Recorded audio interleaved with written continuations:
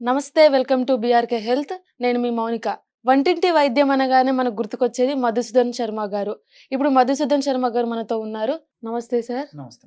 Sir ఇప్పుడు చూసుకున్నట్లయితే వయసుతో సంబంధం లేకుండా పక్షవాతం వస్తుంది. ఆ పక్షవాతం రావడానికి గల కారణం ఏంటంటారు సార్? అంటే పక్షవాతం రాగానే చాలామంది పడిపోతున్నారు. లేకపోతే మాట అనేది రావడం అవును. లేదు సరిగ్గా.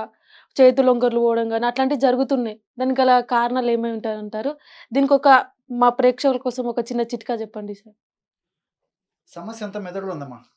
ఓకే. మెదడులో జరిగేటువంటి కొన్ని అనారోగ్య పరిస్థితుల వల్ల పక్షవాతం వస్తూ ఉంటుంది. అవి కూడా సర్వసాధారణంగా 2 రకాల కారణాల వల్ల ఈ సమస్య వస్తుందమ్మా. మెదడులో రక్తం గడ్డకట్టడం. రక్తం గడ్డకట్టడం వల్ల ఈ సమస్య వస్తుంటుంది. ఓకే. 100లో 95% మందికి ఇదే సమస్యమ్మా. చాలా తక్కువ శాతం మందిలో మెదడులో ఉన్నటువంటి రక్తనాళాలు చిట్టడం వల్ల కూడా ఈ సమస్య వస్తుంటుంది. ఈ 2 కారణాల వల్లనే శరీరంలో సగభాగము చైతన్యహీన స్థితికి ఉంచేసేసి సచ్చుబడిపోవడం జరుగుతుందమ్మా. హ్మ్. దీనివల్ల మాట కూడా పడిపోయేటువంటి అవకాశం ఉంటుంటుంది. కుడివైపున ఈ సమస్య రావచ్చు, లేకపోతే ఎడమ వైపునైనా ఈ సమస్య రావచ్చమ్మా.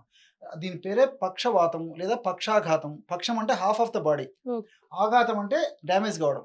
సో, మెదడులో డ్యామేజ్ అయ్యేటువంటి ప్రభావం చేత దేహంలో సగభాగము మరి చైతన్యహీనము, చైతన్య రాహిత్యం అయ్యి కాళ్ళు, చేతులు చచ్చుబడిపోయి మరి చేయ్యతో మరి కాలుతో ఎలాంటి పనులు చేయలేనటువంటి పరిస్థితి ఏర్పడేటువంటి పరిస్థితి ఏదైతే ఉందో దాన్ని పక్షవాతం పక్షవాతం అని అంటారు. చెప్పి చెప్తుంటారమ్మా. దీనికి మంచి వైద్యం చెప్తాను చూడండమ్మా. ఆధునిక ఔషధాలు, ఆధునిక కృత్రిమ రసాయన ఔషధాలు వైద్యులు సూచించిన పద్ధతిలో వాడుకుంటూ, ఇప్పుడు నేను చెప్పబోయేటువంటి ఔషధాన్ని వాడుకోవడం వల్ల ఫలితాలు మరింత శీఘ్రంగా, వెంటనే సత్వరం ఉండేందుకు అవకాశం ఏర్పడుతుంది. అంతేకాకుండా మరలా ఈ సమస్య పునరావృతం కాకుండా కూడా ఇప్పుడు మనం చెప్పుకోబోయేటువంటి ఔషధాలు వాటి యొక్క ప్రభావం సదా మన దేహంలో ఉంటూ కాపాడుతూ ఉంటాయమ్మా. హ్మ్. అన్నీ మనకు దొరికేటువంటి పదార్థాలేమో, వంటింటి ఉండేటువంటి పదార్థాలే.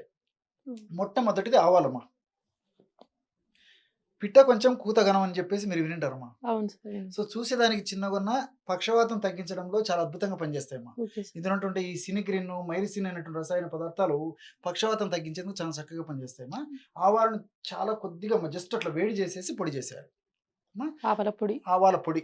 Okay sir. దీన్ని ఒక 10 గ్రాములు తీసుకోవాలమ్మా. హ్మ్. లేదా 20 గ్రాములు తీసుకోవచ్చు. అట్లా 10 గ్రాములు గాని, 20 గ్రాములు గాని ఆవాల పొడి పొడి. తీసుకోవాలి. రెండవ పదార్థంగా మిరియాలమ్మా. మిరియాల గురించి మీకు ప్రత్యేకంగా చెప్పనక్కర్లేదు. ప్రతిరోజు వంటింట్లో మీరు వాడుతూనే ఉంటారు. అవును. మిరియాలను కాస్త వేయించేసేసి చూర్ణంలాగా చేసుకొని దీన్ని కూడా 10 గ్రాములు గాని, 20 గ్రాములు గాని తీసుకోవాలమ్మా చూర్ణం. మిరియాలో ఉన్నటువంటి ఈ పెప్పరిన్ అనేటువంటి రసాయన పదార్థం కూడా ఈ పెరాలసిస్‌ని తగ్గించేందుకు చాలా చక్కగా ఉపయోగపడుతుంది. బ్లడ్ సర్క్యులేషన్ కూడా చాలా బాగా చేస్తుందమ్మా. ఓహ్! మూడవ పదార్థంగా శొంఠమ్మా. శోధించేటువంటి శొంఠి. ఈ యొక్క శొంఠి పొడి కూడా మనకు మార్కెట్‌లో దొరుకుతుంది. శొంఠి పొడి కూడా అదే పద్ధతిలో 10 గ్రాములు గాని, 20 గ్రాములు గాని తీసుకోవాలి పొడి. శొంఠిలో ఉన్నటువంటి షాగోలు, జింజరాలు అనేటువంటి రసాయన పదార్థాలు కూడా ఈ పక్షవాతాన్ని నుంచి త్వరగా బయటపడేందుకు చాలా చక్కగా ఉపకరిస్తాయి. బ్లడ్ సర్క్యులేషన్ పెంచేందుకు కూడా చాలా చక్కగా ఉపయోగపడుతుందమ్మా. శొంఠి శొంఠిలో పౌడర్. ఉన్నటువంటి శొంఠి పొడి. చివరగా పసుపు. పసుపు పసుపు పొడి కూడా ఒక 20 గ్రాములు గాని, 10 గ్రాములు గాని తీసుకోవాలమ్మా. అంటే అన్నీ సమానంగా తీసుకోవాలన్నమాట. పసుపులో ఉన్నటువంటి కుర్కుమిన్ అనేటువంటి రసాయన పదార్థం యొక్క శక్తి ఏంటంటే బ్లడ్ సర్క్యులేషన్ బాగా పెంచడమే కాకుండా పక్షవాతం వచ్చిన వాళ్ళని మీరు బాగా గమనించి ఉంటారమ్మా.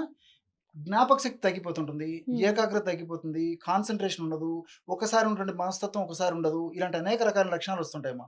ఈ అవును. పసుపులో ఉన్నటువంటి కుర్కుమిన్ అనేటువంటి యొక్క కెమికల్ ప్రభావం చేత ఆ మెదడుకు సంబంధించినటువంటి ఇబ్బందులు కూడా తొలగిపోయి పక్షవాతం నుంచి త్వరగా కోలుకునేందుకు అవకాశం ఏర్పడుతుంది.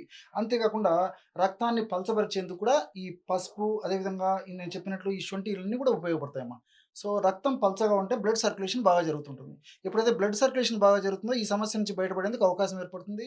రెండవది మరలా ఈ సమస్య రాకుండా ఉండేందుకు కూడా ఇలాంటి ఔషధాలు ఉపయోగపడతాయమ్మా. హ్మ్.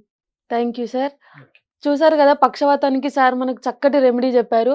ఇంకా మీకేమైనా ప్రాబ్లమ్స్ ఉంటే గనక కామెంట్ రూపంలో తెలియజేయండి. ఆ కామెంట్ రూపంలో తెలియజేసిన దాన్ని సార్ నెక్స్ట్ ఎపిసోడ్‌లో మనం మళ్ళీ కలుసుకొని అవన్నీ మళ్ళా మనం చర్చించుకుందాం. ధన్యవాదాలు సార్. నమస్తే.